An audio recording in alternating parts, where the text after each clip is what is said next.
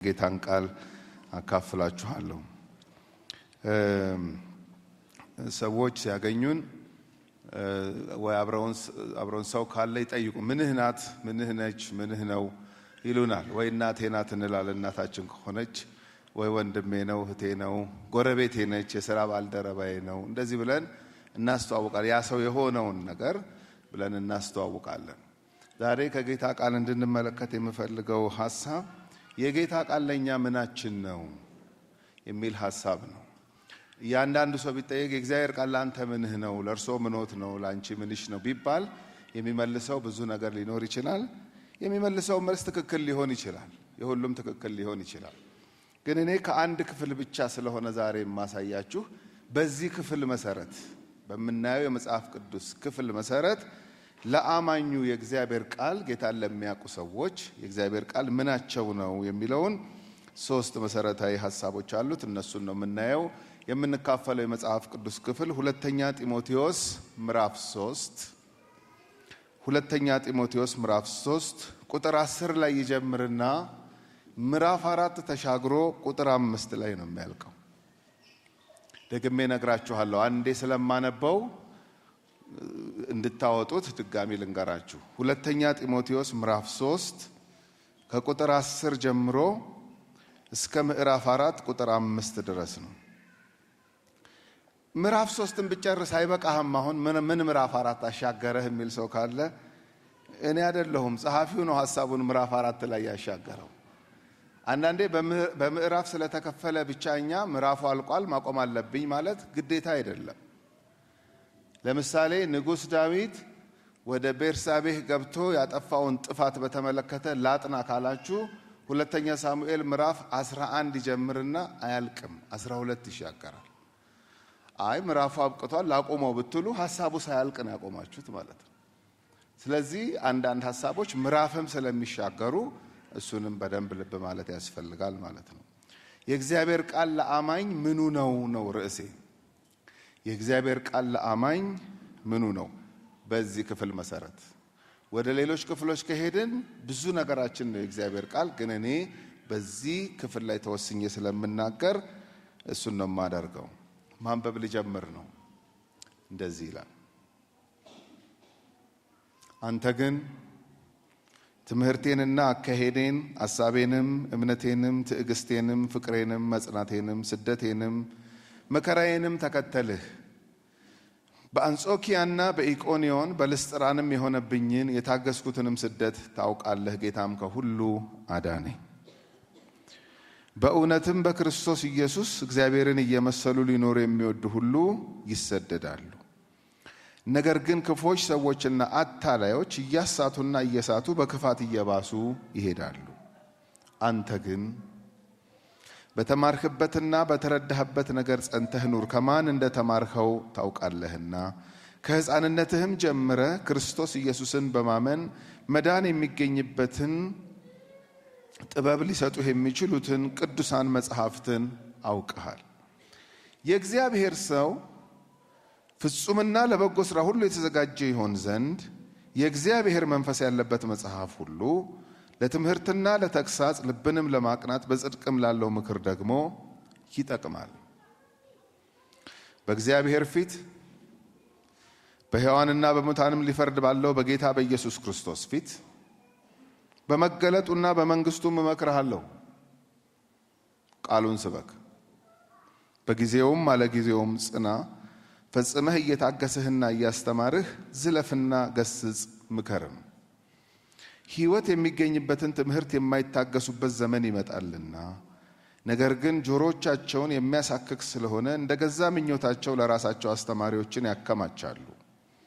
እውነትንም ከመስማት ጆሮቻቸውን ይመልሳሉ፣ ወደ ተረትም ፈቀቅ ይላሉ።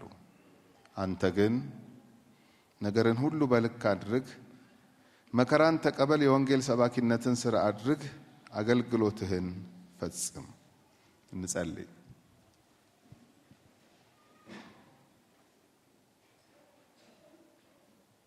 የዚህ ቃል ባለቤት የሆንክ ጌታ እግዚአብሔር ሆይ ስለዚህ ብሩህ ማለዳ በጣም አድርገን እናመሰግንሃለን። ስለሰጠህን ጤንነት፣ ስለሰጠህን ሰላም ሁሉ ክብር ለአንተ ይሁን። በዚህ ማለዳ ልናመሰግንህ ልናመልክህ በፊትህ ተገኝተናል። እነሆ በዝማሬ ጌታ ሆይ በአምልኮ በፊትህ ነበርን። አሁን ደግሞ ቅዱስ ቃልህን ይሄው ከፍተነዋል፣ አንብበነዋል። ቃልህን ቁረስልን። እኔ ለምንሃለሁ ጌታ ሆይ ይሄ ቃል ለጢሞቴዎስ ሲጻፍ ምን ማለት እንደነበር አሳየንና ዛሬ ደግሞ ለኛ ምን ማለት እንደሆነ ንገረን። ስለ ሁሉ ክብር ላንተ ይሁን በጌታ በኢየሱስ ክርስቶስ ስም አሜን። ጳውሎስ ጢሞቴዎስን ይሄ ቃል ከሕፃንነት ጀምሮ የሰማኸው ቃል፣ አሁንም እጅህ ላይ ያለው ቃል፣ ወደፊትም መልእክትህ የሚሆነው ቃል ላንተ ምን እንደሆነ ላስታውስህ ልንገርህ ብሎ ይሄን ደብዳቤ ሲጽፍለት እናያለን። የሁለቱን አገልጋዮች ግንኙነት ለማወቅ ከፈለግን ሐዋርያት ሥራ ምዕራፍ 16 አካባቢ ሄዶ መመልከት ነው። ጢሞቴዎስ ልስጥራን በምትባል ከተማ ተወልዶ ያደገ ልጅ ነው። እናቱ አይሁዳዊት ናት፣ አባቱ ግሪካዊ ነው። እንደዚህ አይነት ቅይጥ የሆነ ባክግራውንድ ያላቸው ሰዎች ሲጋቡ እንግዲህ የራሱ ዲስአድቫንቴጅ ይኖረዋል። አባትየው ግሪካዊ ስለሆነ ጢሞቴዎስ አልተገረዘም። እናቱ አይሁዳዊት ሆና የአባቱ ተጽዕኖ ነበረ ማለት ነው። እንግዲህ አይሁዳዊ ሁሉ ወንድን እንደሚገርዝ እግዚአብሔር ቃል ይነግረናል። ስለዚህ በዚህ ቤተሰብ ውስጥ ነው ያደገው። አይሁዳዊት እናቱ ደግሞ አይሁዳዊት አያቱ ሴት አያቱ በጢሞቴዎስ ሕይወት ውስጥ ትልቅ አስተዋጽኦ ነበራቸው። ጳውሎስ ነው ይሄንንም የሚነግረን። ስማቸውን ሁሉ ይጠቅሳል። ኤውንቄና ሎይድ ይባላሉ እናትና አያቱ። ከወላጅ አባቱ ይልቅ እናቱ እና አያቱ ጢሞቴዎስ መንፈሳዊ ሕይወት ላይ ትልቅ አሻራ ጥለው ነበር። ጳውሎስ ሚስዮናዊ ስለሆነ ከሀገር ሀገር ሲንቀሳቀስ ከሄደባቸው ከተሞች አንዱ የነ ጢሞቴዎስ ከተማ ናት። በጣም የሚገርመኝ ይሄ መልካሙን የምስራች የሚያወሩ እግሮቻቸው እንዴት ያማሩ ናቸው የሚለው ሮሜ 10 ላይ ያለው ቃል ያው መልእክት ተሄዶ ነበረ የሚተላለፈው። ይሄንን ወንጌል አዋጅ የምስራች የሚያውጁት ሚስዮናውያኑ በእግራቸው ሄደው ነው። ምክንያቱም ሚንስ ኦፍ ትራንስፖርቴሽን ያኔ እግር ነው። ለዚህ ነው መልካሙን የምስራች የሚያወሩት ባፋቸው ነው፣ የሚሄዱት ግን በእግራቸው ነው። መልካሙን የምስራች የሚያወሩ አፋቸው እንዴት ያማረ ሰው እግሮቻቸው እንዴት ያማሩ ናቸው ይላል። ምን ማለት ነው?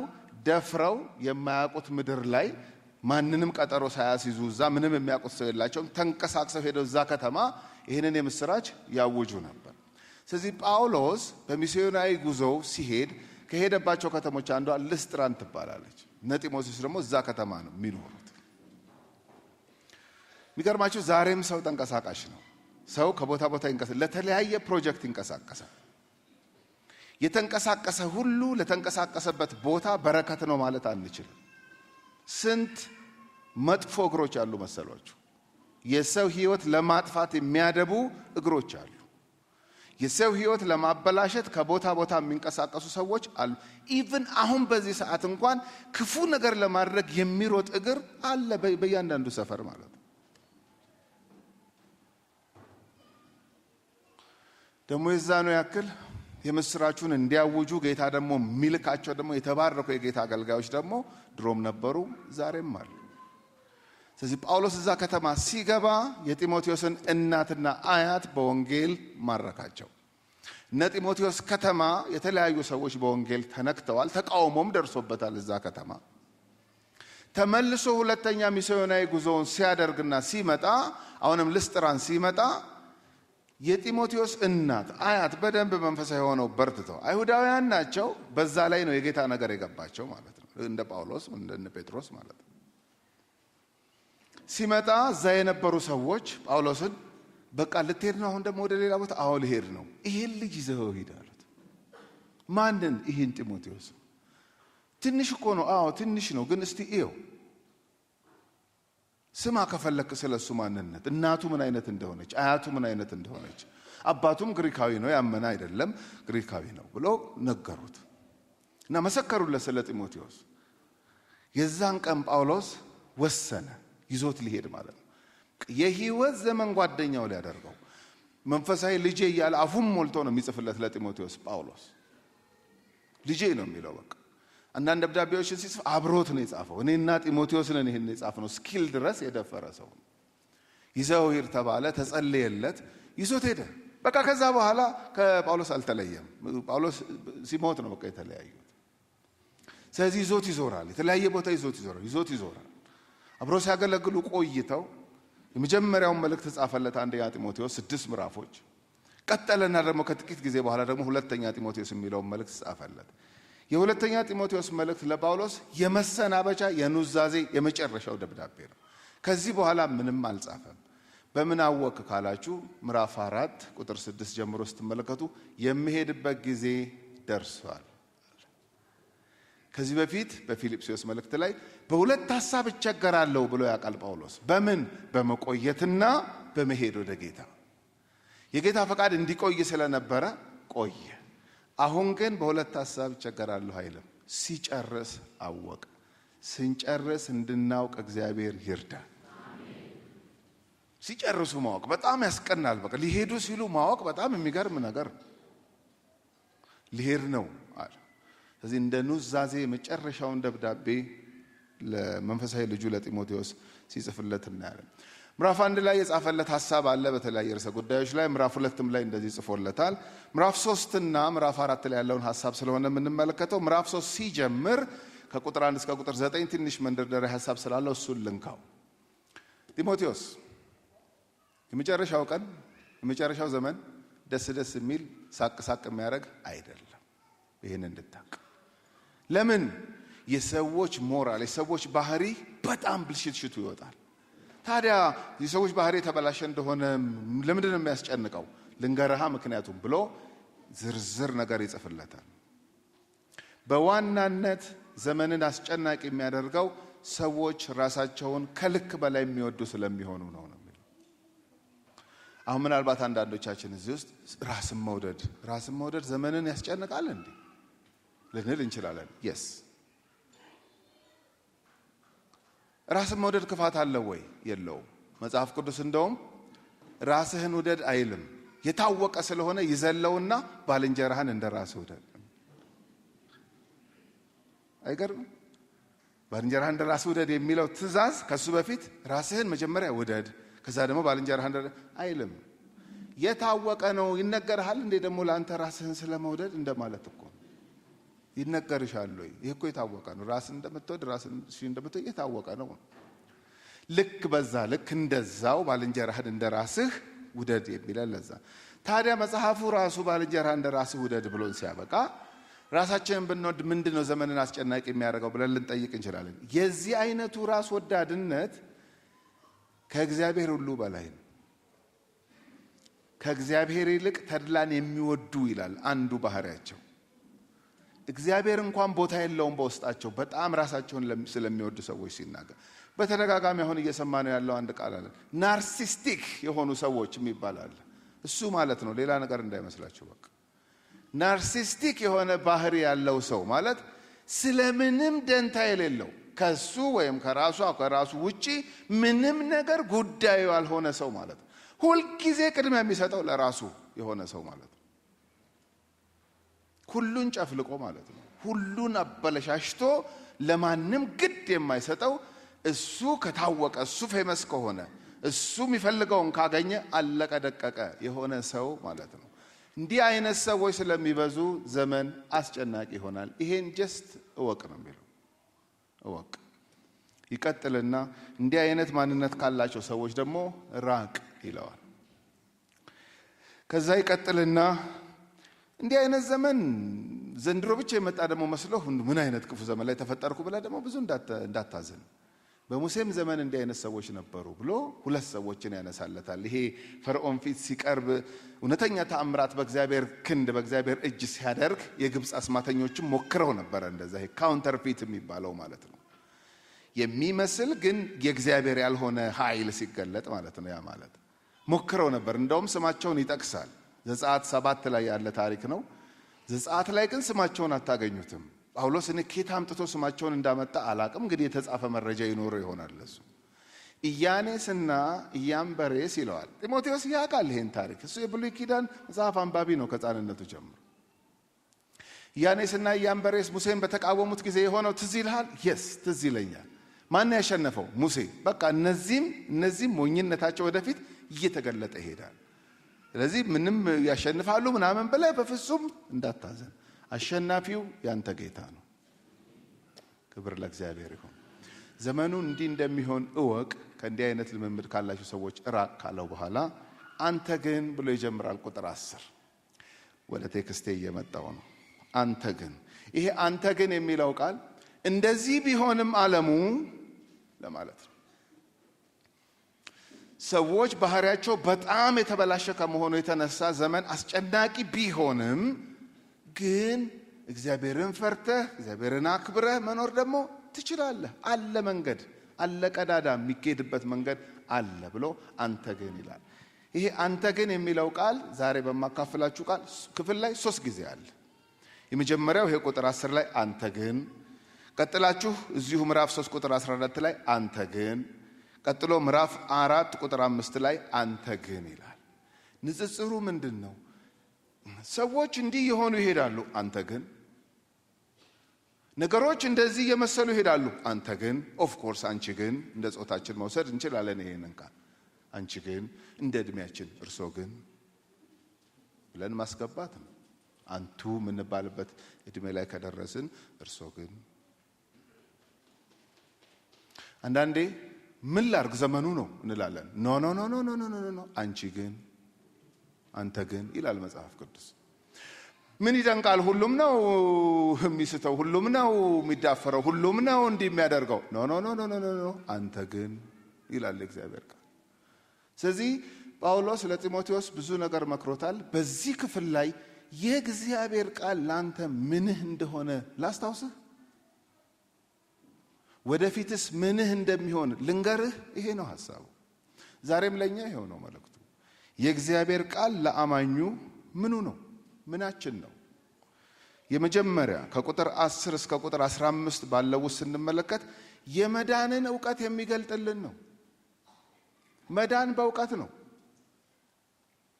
ምንድነው የምናውቀው ነው? ኢየሱስ ክርስቶስ ስለኛ የሰራውን ሥራ ማወቅ ማለት ነው። እሱን ስናምነው መዳን በእውቀት ወይም በእምነት ሆነ ማለት ነው። ዛሬ ሰው ለመዳን ማአት ነገር ይሞክራል፣ ማአት ነገር ያደርጋል። የእግዚአብሔር ቃል ግን ማአት ነገር አድርግ አይደለም የሚለው። በላከው እግዚአብሔር አብ በላከው በልጁ በኢየሱስ ክርስቶስ ማመን፣ ይሄ ነው የእግዚአብሔር ሥራ ነው የሚለው። ጠይቀውት ያውቃል ጌታ ኢየሱስ ክርስቶስን የእግዚአብሔርን ሥራ እንድንሰራ ምን እናደርግ ሲሉት በላከው በልጁ ማመን። አሁን ይሄ እኮ ውስብስብ አይደለም፣ ከባድም አይደለም፣ እንደውም ቀላል ነው። እንትን አርጉ ደግሞ ከቻላችሁ ጨምሩና እንትን አርጉ ከዛ እንዲያርጉ ቢባል ኖሮ እሺ ከበደ ይባላል። በላከው በልጁ በኢየሱስ ክርስቶስ ማመን ይሄ የእግዚአብሔር ሥራ ነው አላቸው። እንቀበላለን አሉ መሰላችሁ? ምንድነው የምታወራው ነው ያሉት። የእግዚአብሔር መልእክቱ ስብስብ አይደለም። የወንጌል መልእክቱ ስብስብ አይደለም። ታዲያ ውስብስብ ካልሆነ ቀላል ከሆነ ለምንድን ነው ሰዎች ስንነግራቸው የማይቀበሉት? ሰዎች ክፋትን ስለሚወዱ ነው። ሰዎች ከእግዚአብሔር ይልቅ እነሱ ኢንተርቴይን የሚያደርጉትን ነገር ስለሚያስበልጡ ነው። ሌላ ውስብስብ ነገር የለውም ይሄ። ስለዚህ ለጢሞቴዎስ ቃሉ ይሄ ከሕፃንነትህ ጀምረህ እናትህ አያትህ በቃ ኢንቫይሮንመንቱ ራሱ ያደክበት አካባቢ ለምን እንደጠቀመህ ታውቃለህ? እስቲ አስታውሰኝ። ላስታውስህ። ይኸውልህ ተመልከት ይለዋል። አንተ ግን ይላል ነገሮች እንዲህ ቢበላሹም የመጨረሻው ዘመን አስጨናቂ ቢሆንም አንተ ግን ትምህርቴን ይላል። ትዝ ይልሃል በሄድንበት ቦታ ሁሉ ፎከስ ምን እንደነበረ? ለምሳሌ እኔ አብሬህ ከሄድኩት ከተማ ፊልጵስዩስ አብረኸኝ ሄዳል፣ ወደ ተሰሎንቄ አብረኸኝ ሄዳል። ምን ነበር ትኩረቴ? ባገኘሁት አጋጣሚ ቀጥቅጬ ሳስተምር የነበረው ትዝ ይልሃል ይለዋል። አዎ ትዝ ይለዋል፣ በደንብ ትዝ ይለዋል።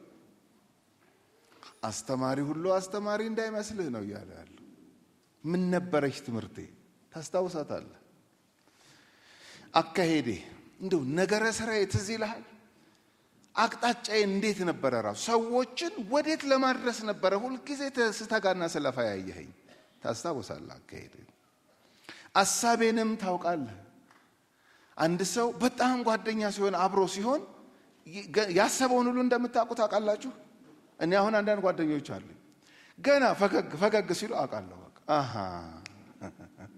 እንትን እያሰብክ ነው አይደለ? ከቅርበቴ የተነሳ ማለት ነው እንጂ አሁን ገና ስንወጣ ራሱ አንድ ሰው ሰላም ሲለኝ ሐሳብሽን አልልም። የታውቂያችሁ እንደዚህማ አይደለም፣ እንደዚህ አልዳፈርም። መቼም እናንተም አትዳፈሩም ተስፋ አደርጋለሁ። ሐሳቤን ሲል የሚገዛኝ ነገር ምን እንደሆነ፣ ትኩረት አቅጣጫ ምን እንደሆነ ታውቃለህ። እምነቴ ምን አይነት ምን ላይ የተመሰረተ እንደነበረ ታውቃለህ። በደማስቆ መንገድ ላይ ጌታ ከተገለጠልኝ ጊዜ ጀምሮ እምነቴን ምን አይነት መገለጥ ላይ እንደመሰረትኩኝ ታውቃለህ። ትዕግስቴንም ታስታውሳለህ። ትዕግስት የሚፈትን ብዙ ነገር ውስጥ አልፌያለሁ።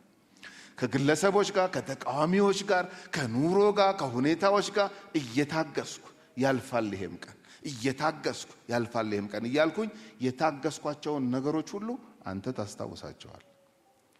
ፍቅሬንም ታስታውሳለህ። ለጌታም ለሰውም የነበረኝም ፍቅር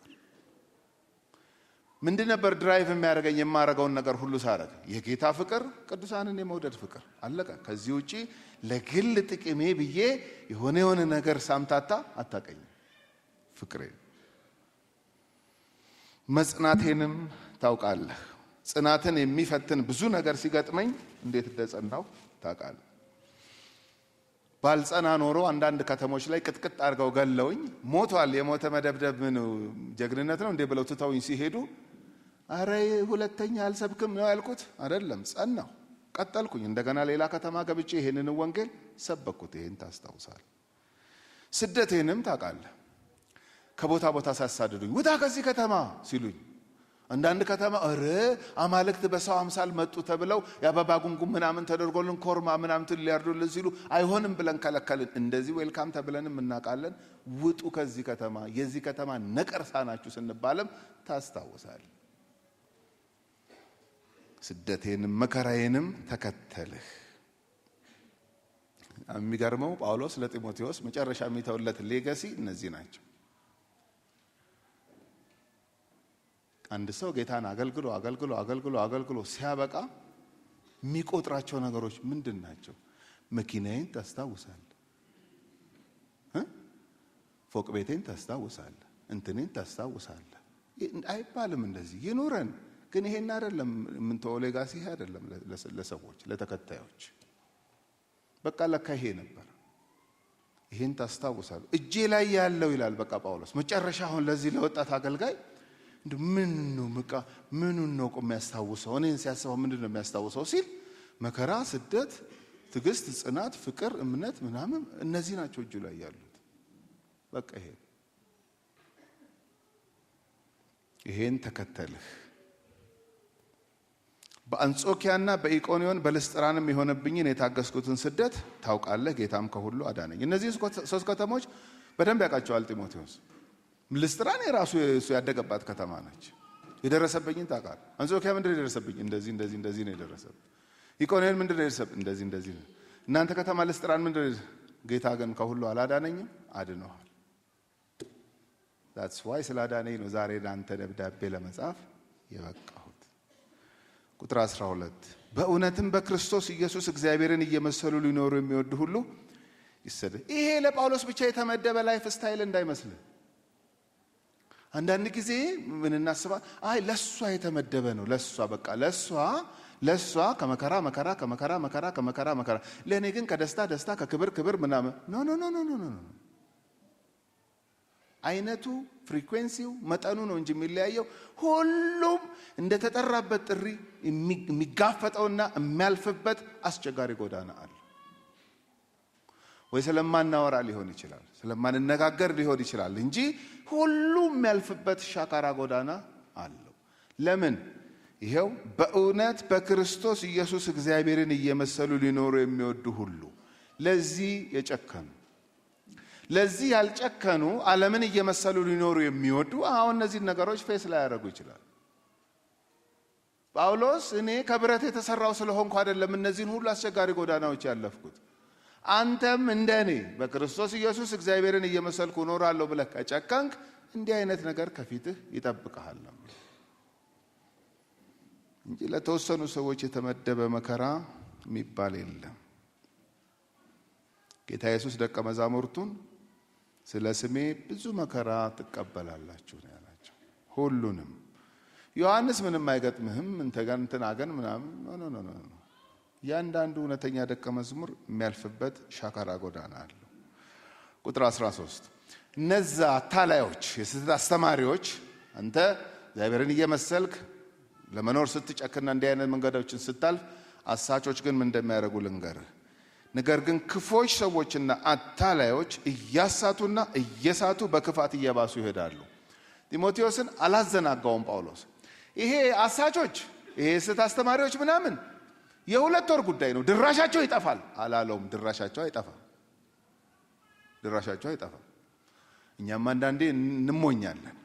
ይሄ ክፋት አሰራር በምድሪቱ ላይ ያለ ይሄ ከወንጌል ያፈነገጠ ልምምድ ሁለት ወር ነው የሚቀረው፣ የዛሬ ዓመት ይነሳል። አይነሳም።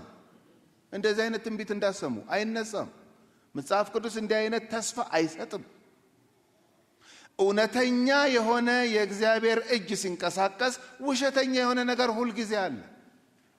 አሁን በወንጌላውያን ቤተክርስቲያን እንቅስቃሴ ውስጥ ደስ የማይሉ ልምምዶች በሚዲያ ብቅ ሲሉ ምናምን ብዙ ሰው ይደናገጣል። በኢየሱስ ስም በጌታ በኢየሱስ ስም ከየት መጣብን? እውነተኛው ስላለ ነው ሐሰተኛውን ጎትቶ ያመጣው። የእውነተኛው መኖር እኮ ነው ሐሰተኛውን የሚያመጣው። እንደ ማግኔት ነው እኮ ይስበዋል ማለት እኮ። ለምን? እውነተኛው እየገሰገሰ ሊወርስ ሲል ዝም አይደለም የሚለው የክፉ ዓለም የሚችለውን ያክል ይፍጨረጨራል። ስለዚህ ጳውሎስ ለጢሞቴዎስ ክፉዎችና ክፉ ሰዎችና አታላዮች በክፋታቸው እየባሱ እየሳቱም እያሳቱም እንደሚሄዱ ወቅ ነቃ በልና ያለው እንጂ ተዘናጋ አይደለም ያለው። አለቀልን በቃ አለቀልን እንላለን። አያልቅልንም። አሸናፊው ጌታ ነው። ክብር ለሱ ይሁን። ዲስከሬጅ የሚያደርግ መልእክት አይደለም ጳውሎስ የሚጽፍለት፣ የሚያበረታታውን መልእክት ነው የሚጽፍለት። ግን እወቅ ዘመን እየከፋ እንደሚሄድ እወቅ። ዘመኑ ክፉ እንዲሆን ደግሞ በጣም የሚያፋጥኑት ክፉ ሰዎች እንደሚነሱ ደግሞ እወቅ። እየባሰባቸው ይሄዳሉ አለ። ቁጥር 14 አንተ ግን አሳቾች ክፉዎች እያሳቱ እየከፉ ቢሄዱም ስቲል አንተ ደግሞ የምትሄድበት ጎዳና አለ፣ የምትኖርበት መንገድ አለ። አንተ ግን ምን? ቁጥር 14 በተማርክበትና በተረዳህበት ነገር ጸንተህ ኑር። ምንድነው የተማረው ነው ጥያቄው። በምኑ ላይ ነው የሚጸናው? ምንድነው የተማረው? ሁለተኛ ጢሞቴዎስ ምዕራፍ 1 ሲጀምር በእናትህና በአያትህ ዘንድ የነበረ ግብዝነት የሌለበት እምነት፣ ጄኒውን የሆነ እምነት ማለት ነው፣ በክርስቶስ ኢየሱስ ላይ የተመሰረተ እምነት አንተም ላይ እንዳለ አይቻለሁ አለ። እሱን ያዝ ማለት ነው። እሱን ያዝ። እኔ ልስጥራን የምትባል እናንተ ከተማ ስገባ ወንጌል ነው የሰበኩትን ወንጌል አይሁዳዊት እናትህ አይሁዳዊት አያትህ ተቀበሉት በሙሉ ልብ። እምነታቸውን አየሁት። ምንም ግብዝነት የሌለበት እውነተኛ እምነት ነው። እሱን አጋብተውብሃል አንተ ልጃቸው ላይ አይቻለሁ አንተ ላይ ሄደን እምነት። እሱን ያዝ፣ በሱ ጽና ነው የሚለው። ጀመረ የሰማውን ወንጌል እሱን ያዝ። በተማርክበትና በተረዳህበት ነገር ጸንተህ ኑር። ከማን እንደተማርከው ታውቃለህና። ከማን የተማረው? ከእናቱ ከአያቱ ከሐዋርያው ጳውሎስ ነው የተማረው። ልጆች አሁን ቅድም እዚህ ጋር ዘምረው ተጸልዮላቸው ሲሄዱ የሆነ ዝም ብሎ ስራ አይደለም እየተሰራ ያለው፣ በጣም ትልቅ ስራ ነው እየተሰራ ያለው። ጢሞቴዎስ እንደዚህ አይነት ኢንቫይሮንመንት ውስጥ እንዳደገ ማሰብ እንችላለን። ጠቀመው። ከማን እንደተማርከው ታውቃለህና ብሎ ቁጥር 15 ከሕፃንነትህም ጀምረህ። ለአንዳንድ ሰው መንፈሳዊ ነገር ከሕፃንነቱ ጀምሮ ይታደላል።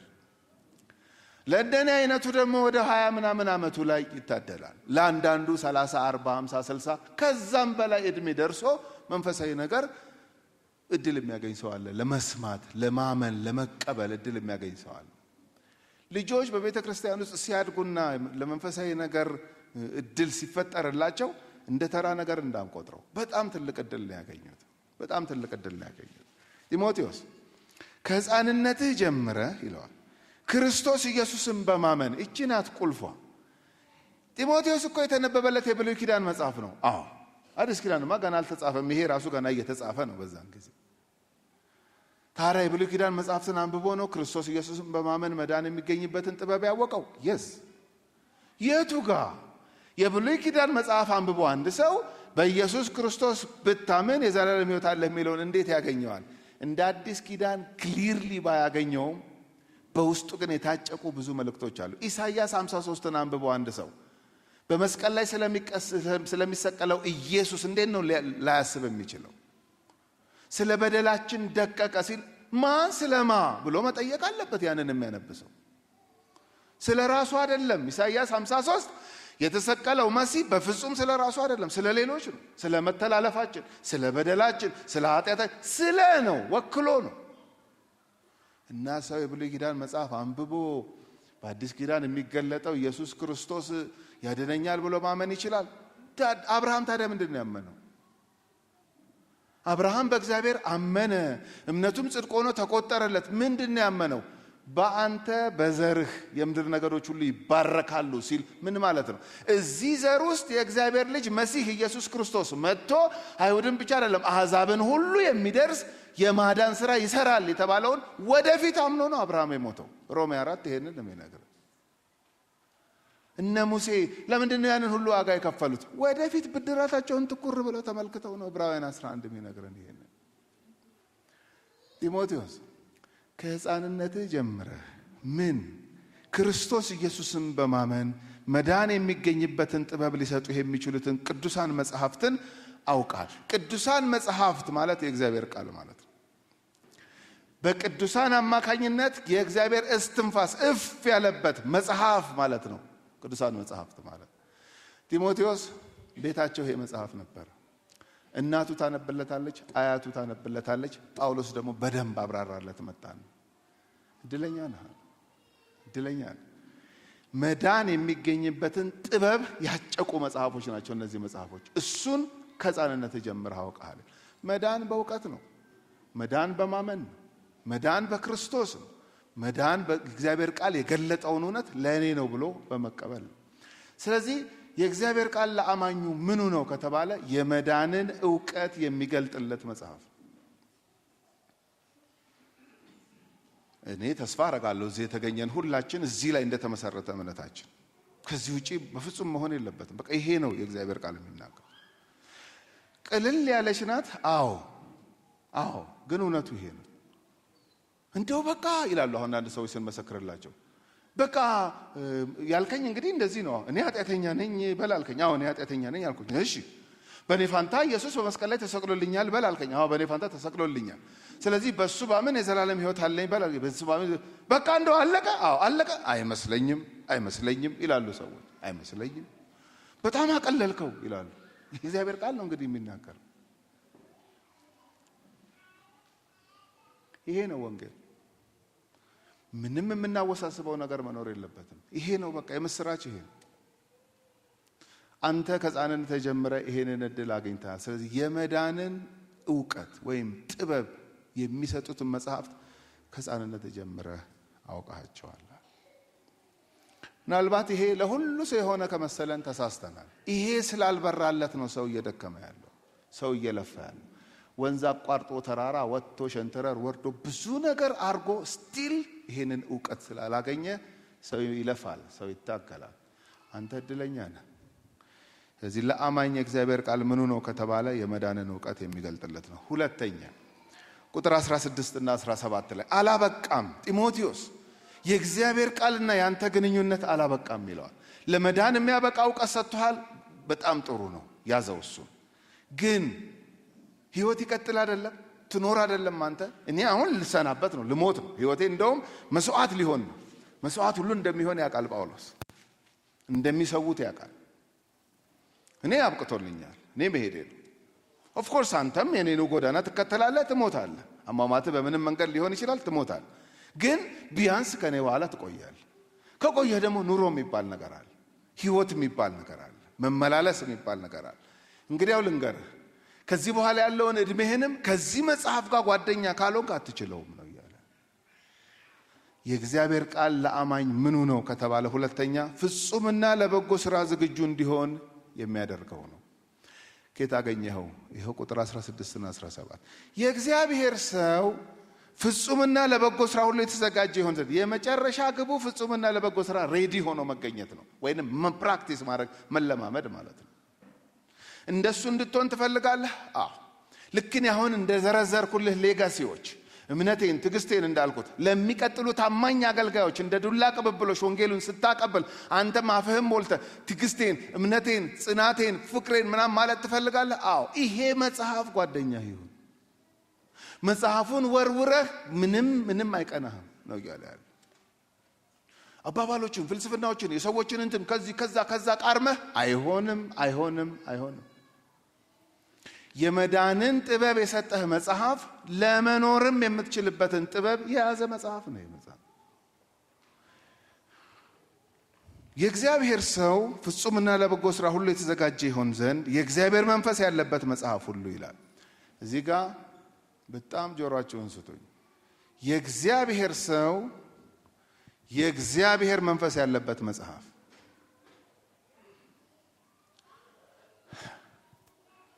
የመጀመሪያ መስተካከል ያለበት ነገር የእግዚአብሔር ሰው የሚለው ታይትል አይደለም፣ ማዕረግ አይደለም፣ ለተወሰኑ ሰዎች የሚሰጥ አይደለም። ኬት እንዳመጣ ነው አላውቅም።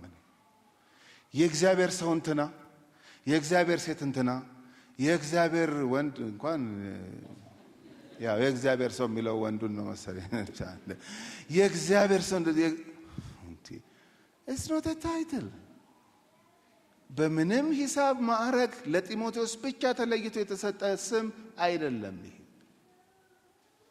እንደሱማ ከሆነ ይሄ መልእክት ለጢሞቴዎስ ስለሆነ እኛም መጽሐፉን ዘግተን ወደ ቤታችን ብንሄድ ነው የሚሻለን። አይመለከተንማ። ለወጣቱ መጋቢ ለጢሞቴዎስ ብቻ የተጻፈ ከሆነ እኛን አይመለከትም። ይመለከተናል ብለን ነው ገልጠን በየጊዜው የጌታን ቃል የምናጠነው። ምን ማለት ነው ታዲያ? የእግዚአብሔር ሰው እግዚአብሔር ነክቶኛል፣ እግዚአብሔር ጠርቶኛል፣ የመዳን መንገድ ገብቶኛል፣ ደቀ መዝሙር ልሆን ተጠርቻለሁ የሚል ሁሉ ማለት ነው። የጌታ ተከታይ ማለት ነው። አሁን ግን ለተወሰኑ ሰዎች የተሰጠ ስም ተደርጎ ደግሞ የሚያሳዝነው ነገር የእግዚአብሔር ሰው ይባሉና የእግዚአብሔር መንፈስ ያለበትን መጽሐፍ ግን አይወዱም። የእግዚአብሔር ሰውነት የሚጸናው የእግዚአብሔር መንፈስ ያለበትን መጽሐፍ ስናነሳ ብቻ ነው። መጽሐፉን ጠልቶ ስሙን ወዶ አይሆንም። ጢሞቴዎስ ከዚህ በኋላ ያለውን ኑሮ በቅጡ ፍጹምና ለበጎ ስራ የተዘጋጀ መሆን ትፈልጋለህ እንዴ? በጣም ያ የመዳንን ዕውቀት የሰጠህ መጽሐፍ ሌላም ስራ አለው በህይወትህ።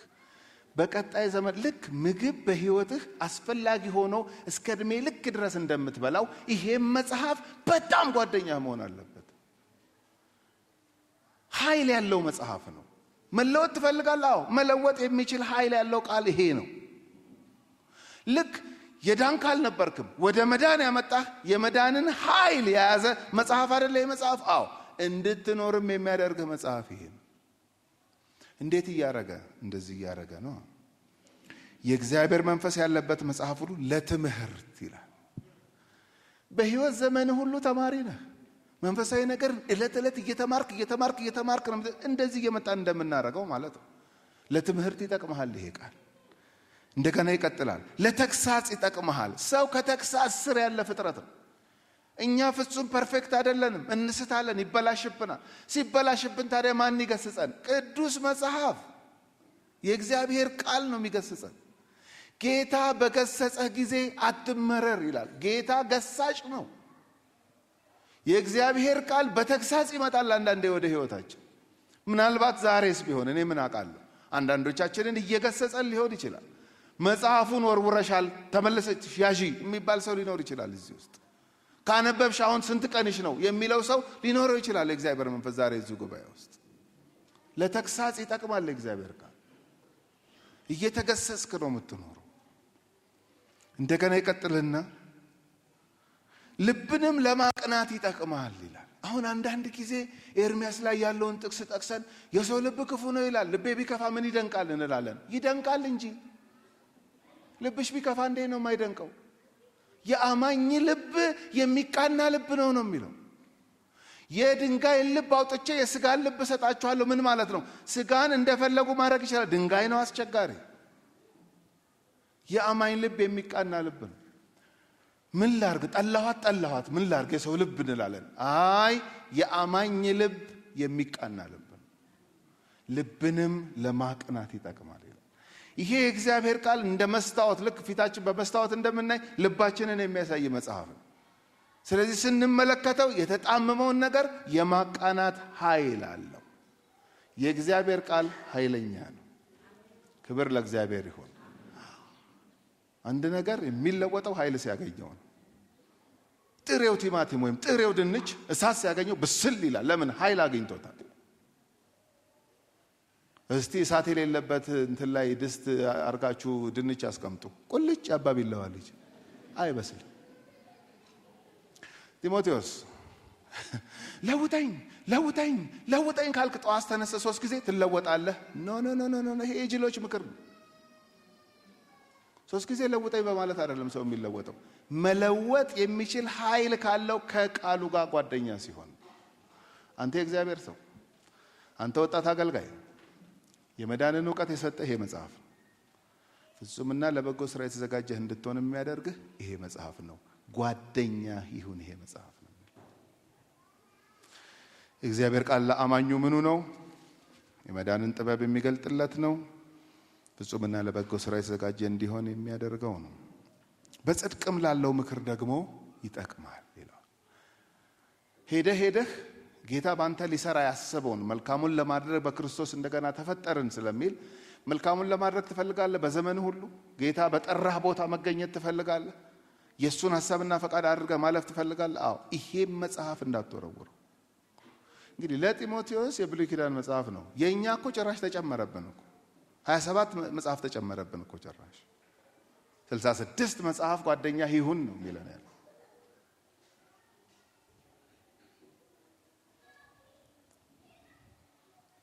እሷ ምንህ ናት? ጎረቤቴ አፋችን ሞልተን እንደምንለው፣ እሷስ እናቴ ያሳደገችኝ እናቴ፣ እሷስ አክስቴ እንደምንለው፣ ይሄ ቃል ላንተ ምንህ ነው ላንቺ ምንሽ ነው ሲባል ግር ሊለን አይገባም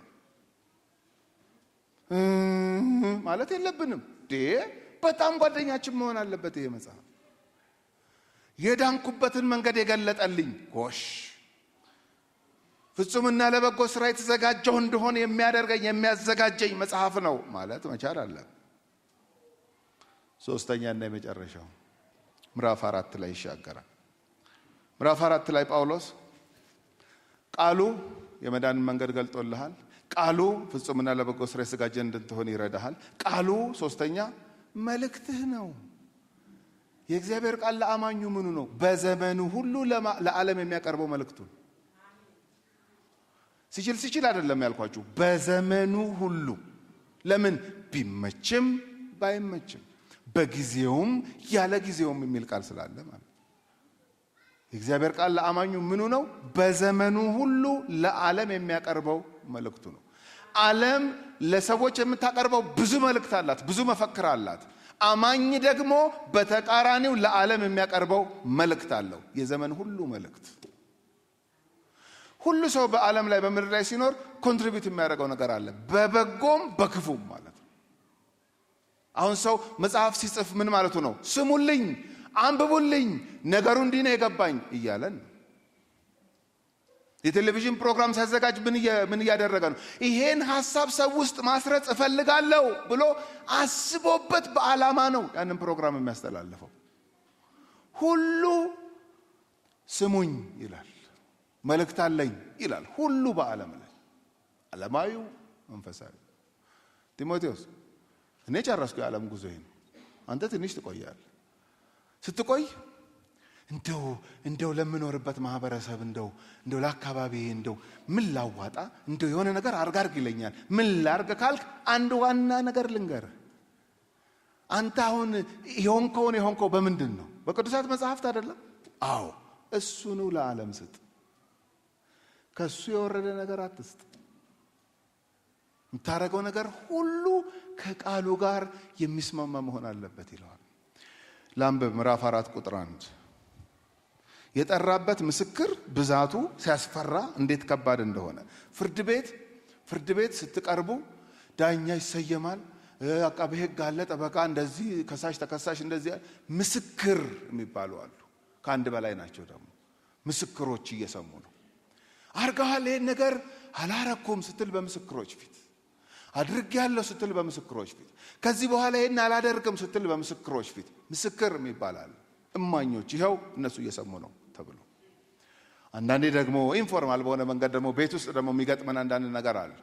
ለምሳሌ በጣም አስቸጋሪ ሰው ካለ ቤት ውስጥ አንደኛው ወንድም ይመጣና ስማ ከዛሬ ጀምሮ ላስጠነቀቅ ነው ዛሬ ምኑን እንትኑን እንደውም እማዬ ነው ቁጭ በይ ምስክር፣ አባዬም ብትቀመጥ ደስ ይለኛል፣ ጎረቤትም ይጠራባችኋል። በቃ እንደዚህ ሊያከብደው ማለት ነው ነገሩ። ለብቻው ካዋራችሁ እነዚህን ሁሉ ምስክር ከጠራ ግን እንደ ማፈርም እንደ ምናምንም ስለሚያደርግ ነው መሰለኝ ምስክር ባለበት ነው ይሄንን የምነግርህ ይባላል። ጳውሎስ ጢሞቴዎስን የእግዚአብሔርን ቃል በዘመን ሁሉ ላለበት ዓለም አቅርብ ለማለት ወይም ስበክ ለማለት የጠራው ምስክር ይሄው በእግዚአብሔር ፊት እንደዚህ ጋር እንኳን ቢበቃ ጥሩ ነበር። በሕያዋንና በሙታንም ሊፈርድ ባለው በጌታ በኢየሱስ ክርስቶስ ፊት አቤት ሲያስፈራ፣ በመገለጡና በመንግስቱም እመክርሃለሁ። የጠራውን ነገር ታያላችሁ እንዴት ከባድ እንደሆነ። ምን ማለት ነው? ወደ ተረት እንዳትገባ ፕሊስ ለማለት ነው። ወደ ሰው ፍልስፍና እንዳትገባ ፕሊስ። የእግዚአብሔር የመጨረሻ ጥበብ በመስቀል ላይ በልጁ በኢየሱስ ክርስቶስ የተገለጠው ነው።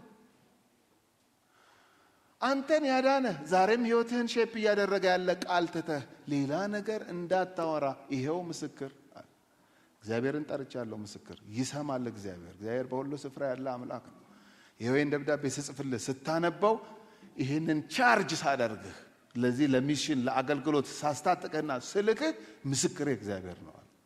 ቀጥሎ ደግሞ በሕያዋንና በሙታንም ሊፈርድ ባለው በጌታ በኢየሱስ ክርስቶስ ፊት። በሕያዋን ላይ የሚፈርደው ማለት ለቅዱሳን እንደ ስራቸው ሊከፍል የሚመጣ ጌታ፣ ሙታን ደግሞ የሚላቸው የዘላለም ሕይወት የማያገኙ በኃጢአት ምክንያት የሚፈረድባቸው እሱን የሚፈርድ ጌታ ማለቱ። ጌታ ኢየሱስ በመጀመሪያው መምጣቱ ምህረት ሊሰጥ ነው የመጣው፣ ምትክ ለመሆን ነው የመጣው፣ ቤዛ ለመሆን ነው። በሁለተኛው ሲመጣ በተቃራኒ ነው የሚመጣው፣ ሊፈርድ ነው የሚመጣው። አፈራረዱ ግን በቅዱሳን ላይ እንደ ስራቸው ሊሸልማቸው።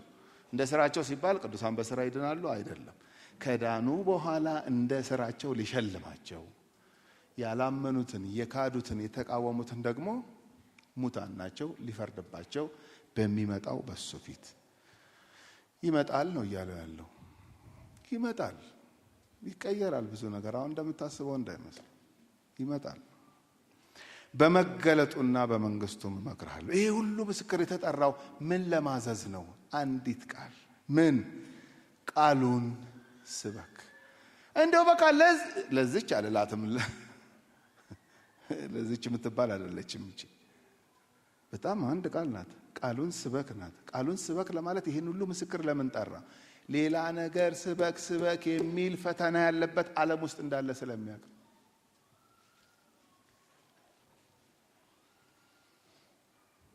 በዚህ ሁሉ ምስክር ፊት ቃሉን ስበክ። ቃሉ የመዳን መንገድ ገልጦልሃል። ቃሉ ፍጹምና ለበጎ ስራ የተዘጋጀ እንድትሆን ያደርጋል። ቃሉ የዘመን ሁሉ መልእክትህ ነው ያለ። ለኛም እንደዛው ነው። በመጽሐፍ ቅዱስ ኮሌጅ ውስጥ የስብከት ዘዴ ወይንም ሆሚሌቲክስ የሚባል ኮርስ አለ።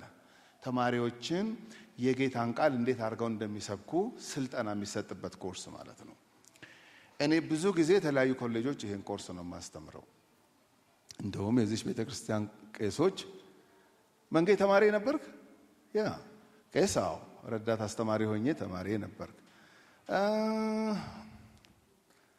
ሌላም ይኖር ይሆናል እንግዲህ በደንብ አይት ካደረኩኝ። በጣም የምወደው ኮርስ ነው። ዛሬም ድረስ ኮሌጅ ውስጥ እሱን አስተምራለሁ። በጣም የምወደው በቃ ሰባኪዎች ጊፍትድ ሆኖ በዛ ላይ ስኪል ሲጨምሩ እንዴት ፍሬያማ እንደሚሆኑ ምናምን በቃ ይሄ ነው በቃ የዘመናት ሸክሜ ይሄ ነው። ከዚህም በኋላ እግዚአብሔር እድሜ ከሰጠኝ ሰባኪዎችን ማሰልጠን ነው በቃ የምፈልገው። ይህንን ኮርስ ብዙ ጊዜ ከወዳጄ ከማሙሻ ጋር እናስተምራለን። አልፎ አልፎ እንደዚህ እናደርጋለንና አንድ ጊዜ ስናስተምር የእሱ ተራ ነበር ማስተማር። እኔ ቁጭ ብዬ ነው የምሰማው።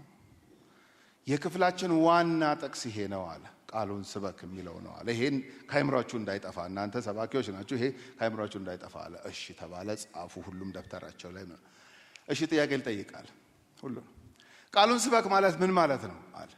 እኔ ራሴ ቃሉን ስበክ ማለት ምን ማለት ነው እያልኩ ነው ገና። ቃሉን ስበክ ማለት አንተ ተማሪች ነው ያው ቃሉን ስበክ ማለት ነው የሚለው ሲያጣ ነው ገብቶኛል። እኔም ምለው አልነበረኝም በመሰረቱ። እሱማ ራሱኑ ነው ያልከኝ። አይ ባንተ አባባል እንዴት ትገልጠዋለህ ሲል አይ እኔ ከዚህ በላይ ልገልጠው አልችልም። ቃሉን ስበክ ያው ቃሉን ስበክ ነው። ይሻላል አስጨንቃችሁም እኔ ልንገራችኋለና ቃሉን ስበክ ማለት ሲል በቃ እንደ በረኛ ነው የጠበቅኩት እኔ ራሴ በቃ ምን ሊል እንደሆነ። ቃሉን ስበክ ማለት በእናት ሌላ ነገር አትስበክ ማለት ነው።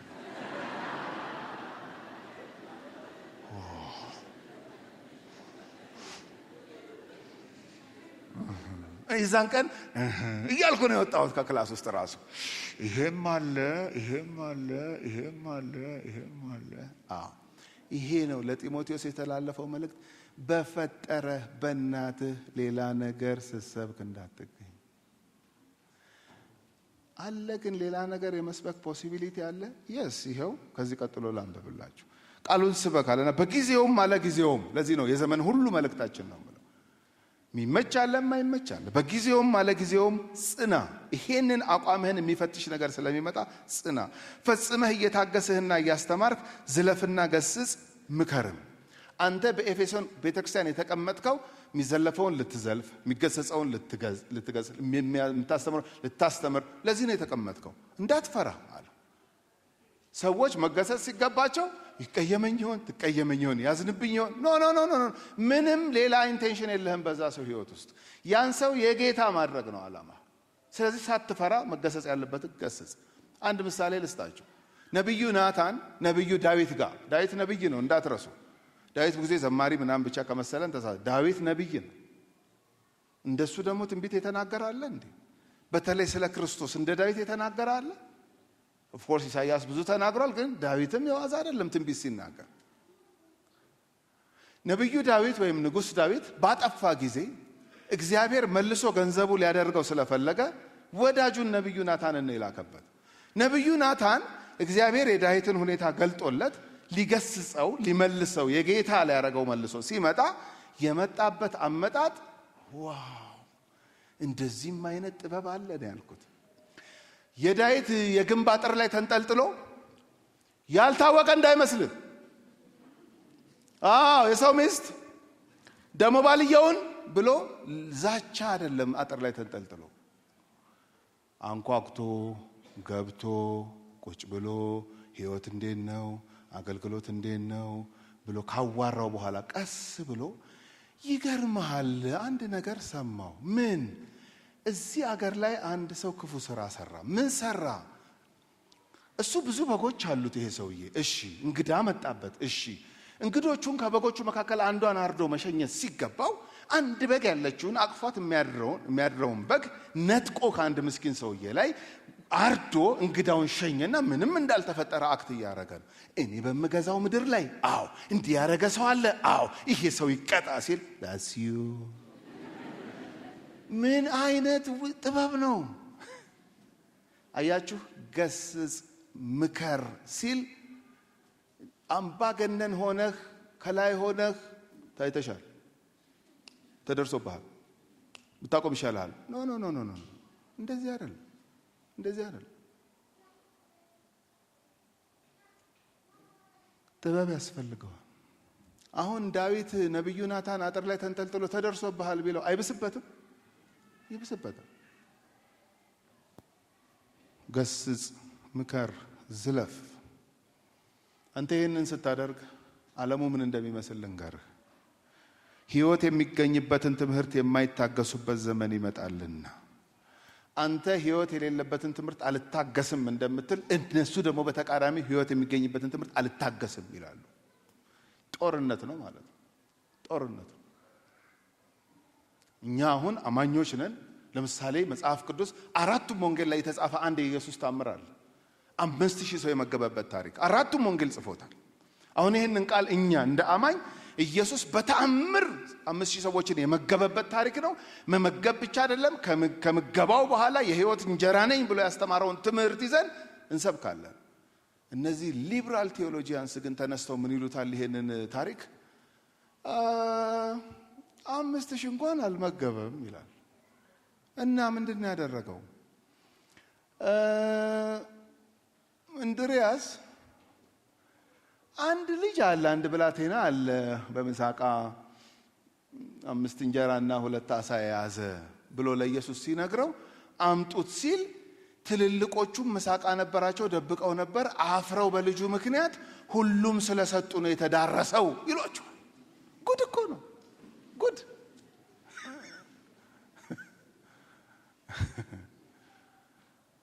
እውነተኛ የሆነውን የእግዚአብሔርን ቃል መታገስ የማይችሉ ሰዎች ይነሳሉ፣ ፈላስፎች ይነሳሉ።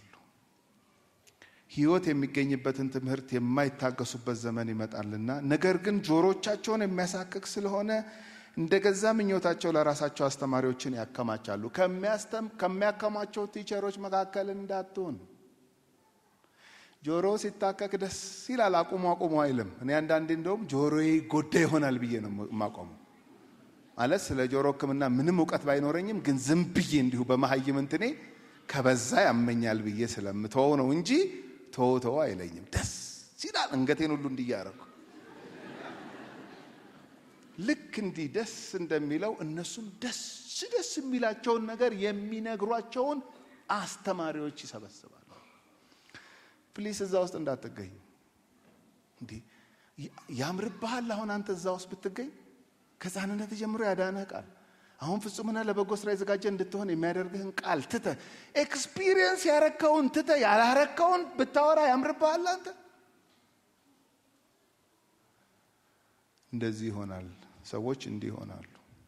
እውነትንም ከመስማት ጆሮዎቻቸውን ይመልሳሉ፣ ወደ ተረትም ፈቀቅ ይላሉ ይላል። አያችሁ፣ ሰው ይሄን ሲገፋ ሌላ የሚሄድበት ቦታ አለ። ወደ ተረት ፈቀቅ ይላል። ቃል ይተዋሉ፣ ተረት ይወዳሉ ይላል። ተረት ኔሰሰርሊ አለቃ ገብረሃና ብሎ የሚጀምር ብቻ አይደለም። የሰው ማይንድ ያፈለቀው ሐሳብ ማለት ነው። ለየዘመኑ የሚመች ተደርጎ የሚቀርብ ተረት አለ። የተረት ክፋቱ ያስቃል እንጂ አይለውጥም፣ ወይ ያሳዝናል እንጂ አይለውጥም። አንዳንድ ተረቶች የሚያሳዝኑ ናቸው። ሲያልቅ ራሱ እንባችሁ ዱብ ሊል ሞተች መጨረሻ ላይ ሞተች ልትሉ ትችላላችሁ፣ ወይም ደግሞ ልትሉ ትችላላችሁ። ያስብላል እንጂ አይለውጥም።